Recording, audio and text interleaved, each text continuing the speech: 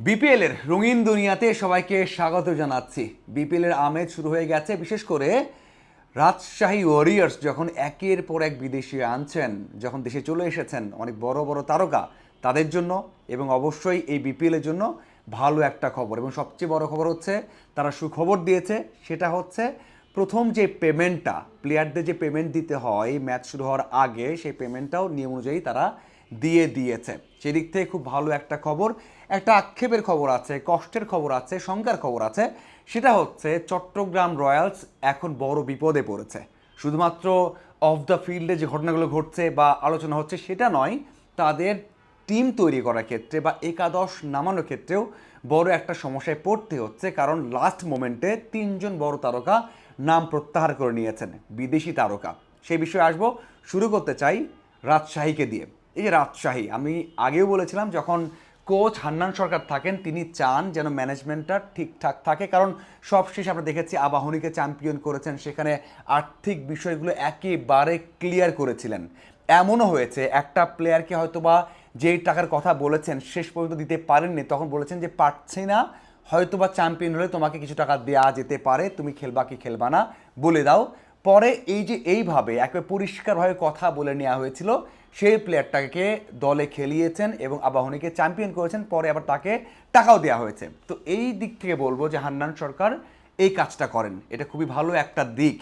এখন বিষয় হচ্ছে তাদের দলে বিদেশিরা এসে গেছে, যে চারজন খেলবেন একাদশে সেই চারজন এসে গেছেন। হোসেন তালাদ এসে গেছেন, সন্দীপ লামিচানে এসে গেছেন, নেওয়াজ এসে গেছেন, সাথে হচ্ছেন বিনুরা এসে গেছেন। এই চারজন একাদশে থাকলে যারা বর্তমান দল আছে, লোকাল প্লেয়ার আছে, তার সাথে এই চারজন হলে অবশ্যই দারুণ একটা স্কোয়াড হবে বলাই যায়। এবং সবচেয়ে বড় বিষয় হচ্ছে, বললামই তো যে রাজশাহী এত বিদেশি এসেছে, এর মধ্যে অন্য দলের এখনও সেই অর্থে আসা শুরু করেনি। যদিও আজকে রাত যখন কথা বলছি, ভিডিও করছি, সেই রাত থেকে আরও কিছু প্লেয়ারের আসার কথা। ঢাকা, রংপুর বা নোয়াখালী, তাদের বিদেশি আসবে বা আসা শুরু করার কথা। যাই হোক, এই চারজন যখন এসেছেন, আমার মনে হয় রাজশাহীর প্রিপারেশনটা অনেক ভালো হবে। অন্যদিকে যেটা শুরু করেছিলাম, যেটা বলেছিলাম যে চট্টগ্রামকে নিয়ে একটা শঙ্কা শুরু হয়ে গেছে। শঙ্কাটা হচ্ছে যে তারা 6জন বিদেশি সাইন করিয়েছিল, তার মধ্যে তিনজন, মানে তিনজনই বড় নাম, মানে তাদের জন্য যে 6জন আছে তার মধ্যে এই তিনজনই বড় নাম। একটা হচ্ছে স্টার্লিং, একটা হচ্ছে আবরার, আর একটা ডিকিওয়েলা। স্টার্লিং সবশেষ যে সাইনিংটা ছিল তাকে নিয়ে কিন্তু আমরা দেখেছি যে পোস্ট করা হয়েছে, তাকে প্রকাশ করা হয়েছে যে স্টার্লিং এসে খেলছে বা বিপিএলটা মাতাবেন। শেষ পর্যন্ত নামটা প্রত্যাহার করে নিয়েছেন। এরপর যে নামটা হচ্ছে ডিকিওয়েলা, তিনি কিন্তু আগে থেকেই বলেছেন নাও আসতে পারেন এনওসির কারণে, কিন্তু শেষ মুহূর্তে ইনজুরি কনসার্ন দেখিয়ে নামটা প্রত্যাহার করে নিয়েছেন যে আসবেন না। আমরা সবাই জানি যে শ্রীলঙ্কার যে প্রাথমিক স্কোয়াডটা আছে বিশ্বকাপে, টি-20 বিশ্বকাপে, সেখানে কিন্তু ডিকিওয়েলা আছেন এবং সেই জন্য হয়তো নাম প্রত্যাহার করে নিয়েছেন, অথবা অন্য কারণ থাকতে পারে।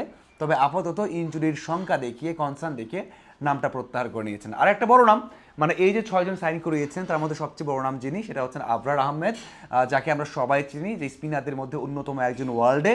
তিনিও নামটা প্রত্যাহার করে নিয়েছেন, কিন্তু তার যে নামটা প্রত্যাহার করে নেওয়া, এই ক্ষেত্রে একটু রহস্যজনক আচরণ পেয়েছে চট্টগ্রাম রয়্যালস। কারণ হচ্ছে খোলাসা করে কিছু বলেনি।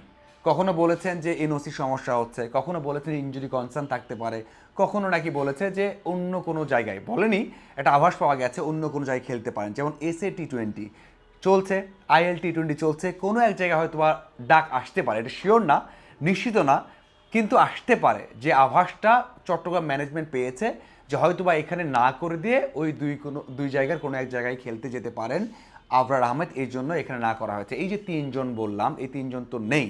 বাকি যে তিনজন হচ্ছেন সেই তিনজন খেলবেন ডেলপোর্ট, সাথে গোলাম, কামরান গোলাম এবং মির্জা তাহির।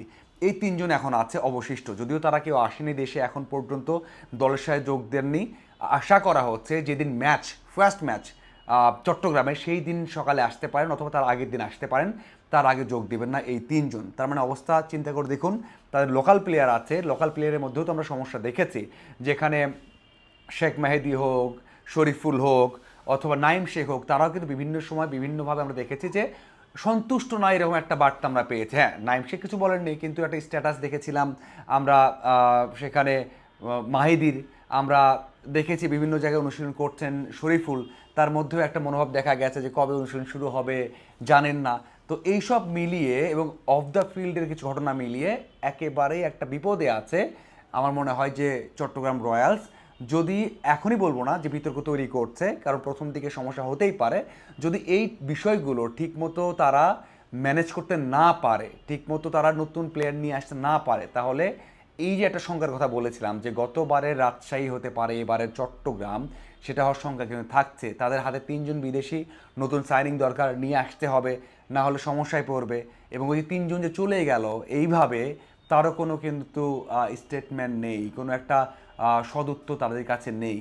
এই বিষয়গুলো অবশ্যই ভালোভাবে ট্যাকল করতে হবে বা ম্যানেজ করতে হবে, না হলে আরও বেশি সমস্যায় পড়া লাগতে পারে। আপনার কি মনে হয় রাজশাহীকে নিয়ে? আপনার কি মনে হয় চট্টগ্রামকে নিয়ে? অবশ্যই জানাবেন। ধন্যবাদ সবাইকে।